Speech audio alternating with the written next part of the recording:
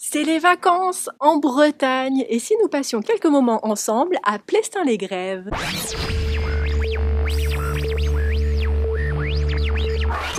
C'était Légende Bretagne, bonjour!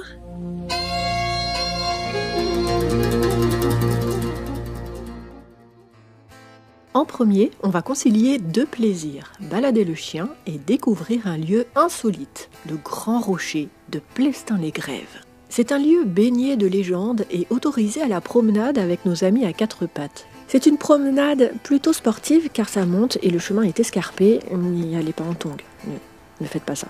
Le Grand Rocher est un site naturel classé depuis 1936. Il accueille plusieurs espèces de chauves-souris qui ont élu domicile dans 2 blocos abandonnés datant de la Seconde Guerre mondiale. Elles font l'objet d'un suivi scientifique.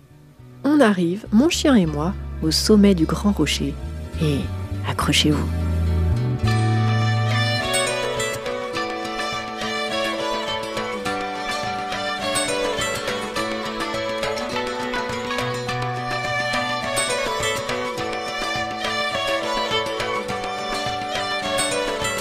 Ici, le Grand Rocher de Plestin-les-Grèves culmine à une hauteur de 84 mètres d'altitude et nous offre une vue époustouflante panoramique de 180 degrés sur la baie de Saint-Efflam.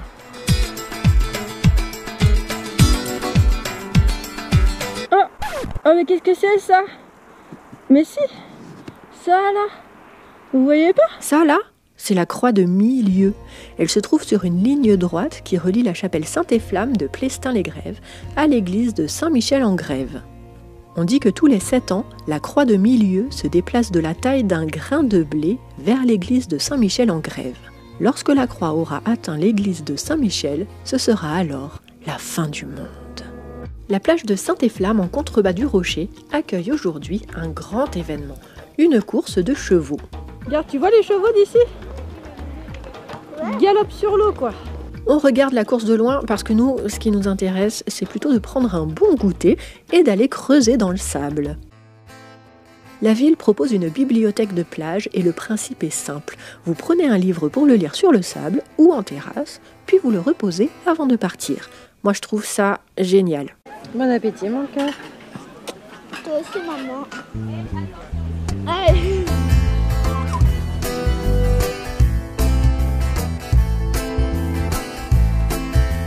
À l'extrémité de la plage de Saint-Efflam, en direction du bourg de Plestin, se trouve une petite voie sans issue.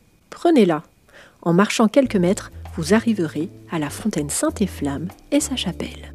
C'est une fontaine de prédiction. Les jeunes fiancés sont invités à voler du pain.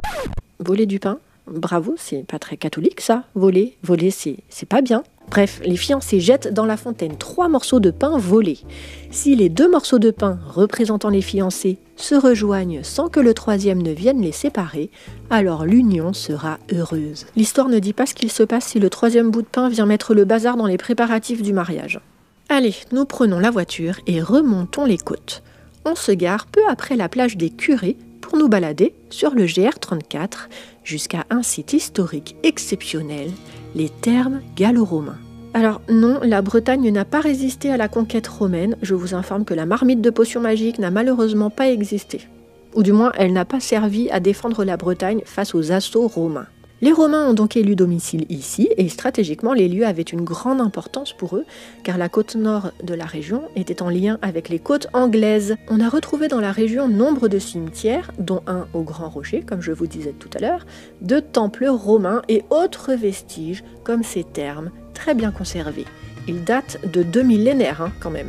Alors on peut leur envier la vue, mais en réalité ils ne voyaient rien du tout parce que les thermes étaient fermés. Il y avait des petites ouvertures vers l'extérieur, mais bouchées par des vitraux. Donc en réalité c'était très peu éclairé. Mais par contre c'était un moment propice pour eux à la détente puisqu'il y avait ici la possibilité de se reposer, de profiter d'un bain chaud, mais aussi de massage avec des huiles odorantes. Les thermes gallo-romains ici datent du tout début de notre ère. Il n'y avait au départ que 2 salles, une à l'eau froide et une à l'eau chaude avec une baignoire. Puis au 1er siècle, les thermes ont été agrandis et on les voit tels qu'au 1er siècle. Au 2e siècle, les Romains sont partis, c'est devenu une habitation qui a été occupée occupé par des pêcheurs au IIIe siècle.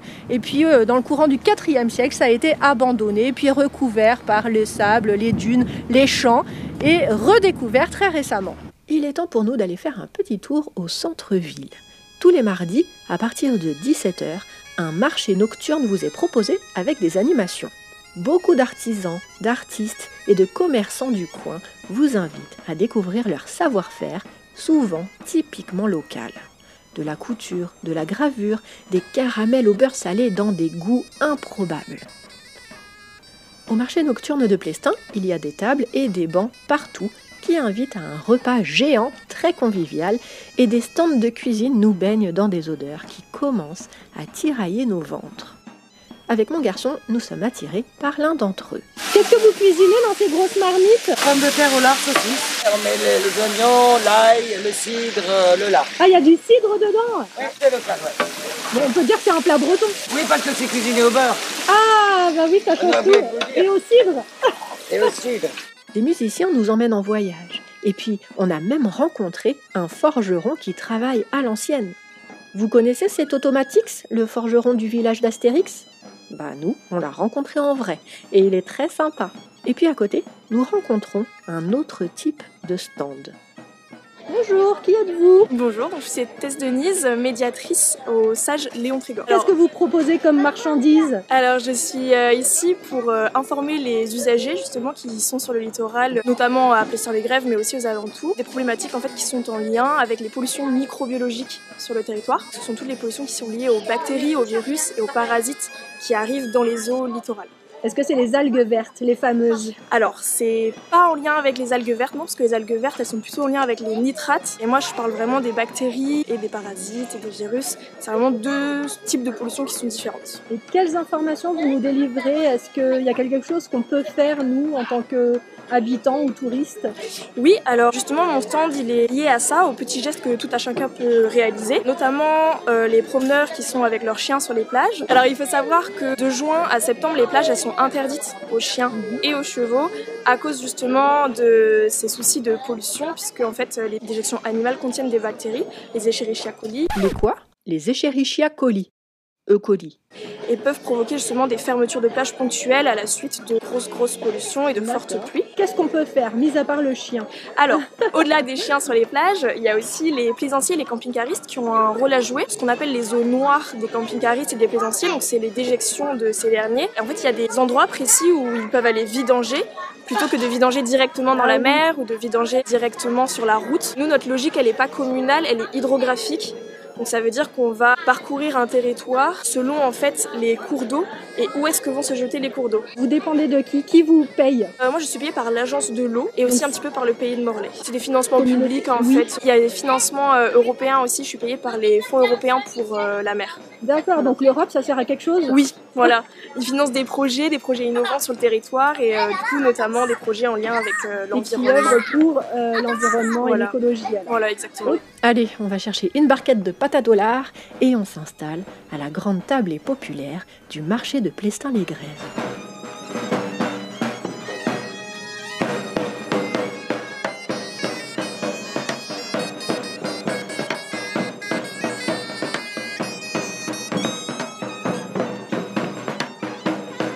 Allez, vas-y. Me vois-tu? Ouais.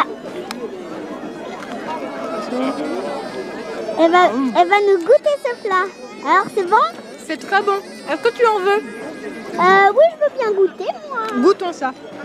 Goûtons ça. On va goûter la viande. Alors? Vachement bon. On va goûter la saucisse qui était en dessous. Allez, c'est parti.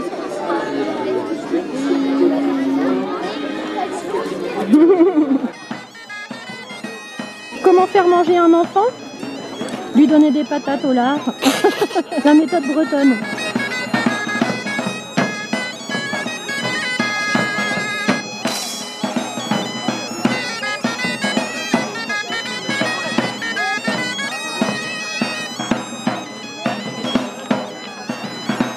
Le groupe Expédition Côte du Nord emporte la foule pour une danse bretonne et finit sa prestation. Et alors que tout le monde regagne sa place pour déguster son plat, une autre troupe de musiciens s'installe. Il s'agit du Bagad de Guingamp.